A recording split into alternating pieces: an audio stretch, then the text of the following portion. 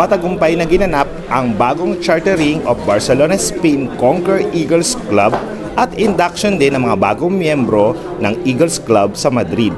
Isang okasyon na naglalayong palawakin ang kanilang layunin sa pagkakaisa at serbisyo sa kapwa. Ang matagumpay na pagsasagawa ng chartering of Barcelona, Spain Conqueror Eagles Club and induction ceremony of new members of Madrid, Spain Conqueror Eagles Club under Central Luzon Region 69 na naganap noong October 6, 2024 sa Barcelona. Ang okasyong ito ay dinaluhan ng mga miyembro, opisyales at espesyal na mga bisita mula sa iba't ibang sektor ng komunidad.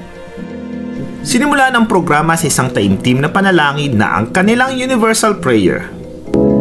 And as we strive perseveringly to enhance and strengthen our national brotherhood. Sinundan ng pag-awit ng pambansang awit ng Pilipinas.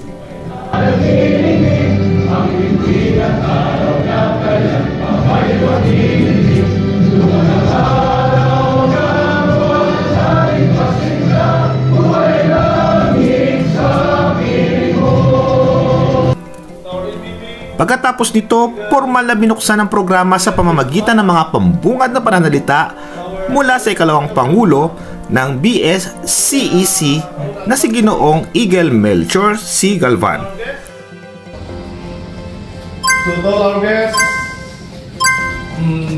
Maging bahagi ng ating makulay at makabuluhang pag-aaral sa Filipino Class. Sabay-sabay nating tuklasin ang yaman ng ating wika at kultura.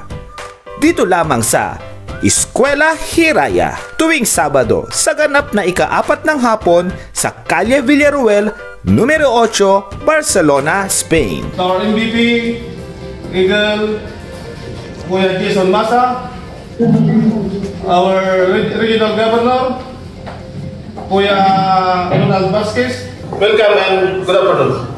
Ang kaganapan ay lalo pang naliwanagan sa pamamagitan ng isang makabuluhang talumpati mula sa mga panauhing pandangal na si Ginoong Eagle Coronel Dennis Gutierrez at ang Konsul General ng Barcelona na si Maria Teresa SM Lazaro na nagbigay ng inspirasyon sa lahat tungkol sa kahalagahan ng serbisyong bayan, pagmamalasakit sa kapwa at pagiging haligi ng komunidad. We should live up to the motto of the organization. Service through strong brotherhood. Yan po ay hindi katagalan o hindi simple phrase that is written in every card o sa screen na nababasa natin. But we should live up to it. How can we live up to it? We should do something. Action. Hindi po pwedeng puro salita lang tayo. Ngayon, nabuo na yung club nyo dito sa Barcelona. I hope and I pray na kayo ay magiging isang aktibong kapartner ng ating PCG. Natutuwa po kami na nandito kayo ngayon. But being a leader or being a member of an organization takes more than the title itself. No? It's not enough that we join an organization or a fraternity like Eagles. But ang importante po, alam namin na busy-busy kayo sa mga trabaho. And with all the other commitments that you have, no, you took the time to be here this morning to attend this induction and chartering. But apart from that, you are also leaders and members of other organizations na marami din pong ginagawa. Sana yung inyong membership is more than membership itself, no? Magbigay kayo ng time. Meron kasabihan, no? There's this quotation that says, a fraternity is the fuel that allows common people to achieve uncommon results or uncommon goals. Sa pinaka-highlight ng seremonya, isinasagawa ang induction ceremony para sa mga bagong miyembro at opisyales ng ating Eagles Club. Ang panunumpa ng katapatan ay nagbigay diin sa pangako ng bawat miyembro na maglilingkod ng buong puso para sa kapakanan ng iba at sa pagtataguyod ng mga layunin ng organisasyon.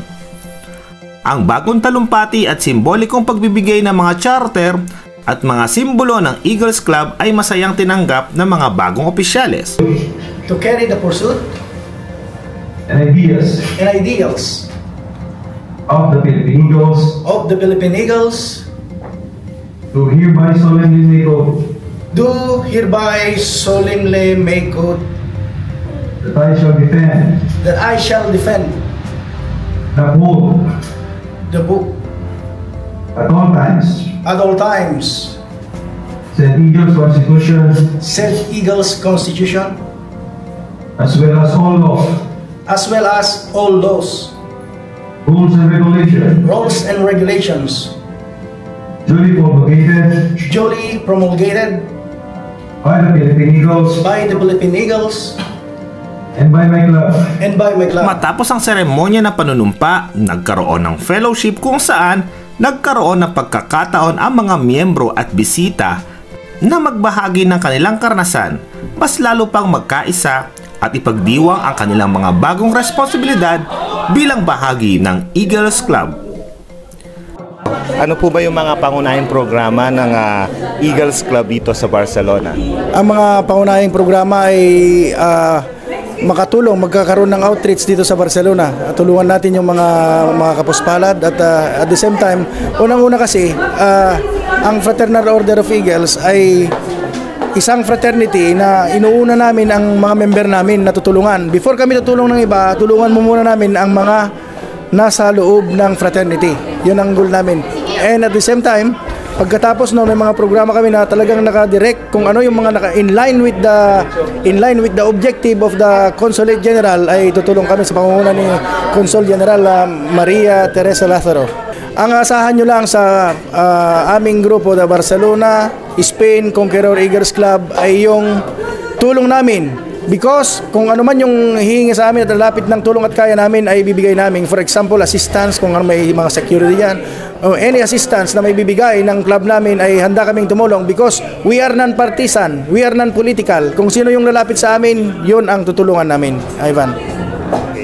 Congratulations po ulit ito. Thank you, Ivan. Sa kabuuan, ang induction ceremony ay naging matagumpay at nag-iwan ng isang malalim na mensahe sa bawat isa tungkol sa kahalagahan ng pagiging isang agila. Matatag, mapagmalasakit at laging handang maglingkod para sa bayan at kapwa. Mabuhay ang mga agila! Eagles of the nation.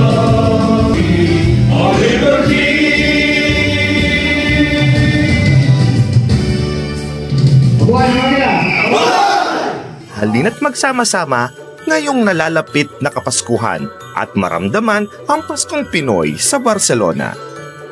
Ang Paskong Pinoy Festival sa December 7, 2024. Ang Paskong Pinoy Festival ay hatid sa inyo ng Thailandese Restaurant, Kasarap Restaurant, iFern, we change lives, Cagayana Bar and Cafe, Parokya Immaculada Concepcion y San Lorenzo Ruiz, Kapetid.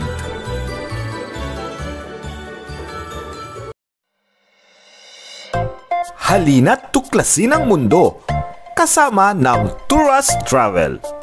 Mula sa mga tropical na beach hanggang sa makapigil hiningang lungsod. Nandito kami, bawat biyahe mo. Sundan lamang kami sa Facebook at Instagram para sa mga eksklusibong deals at travel tips.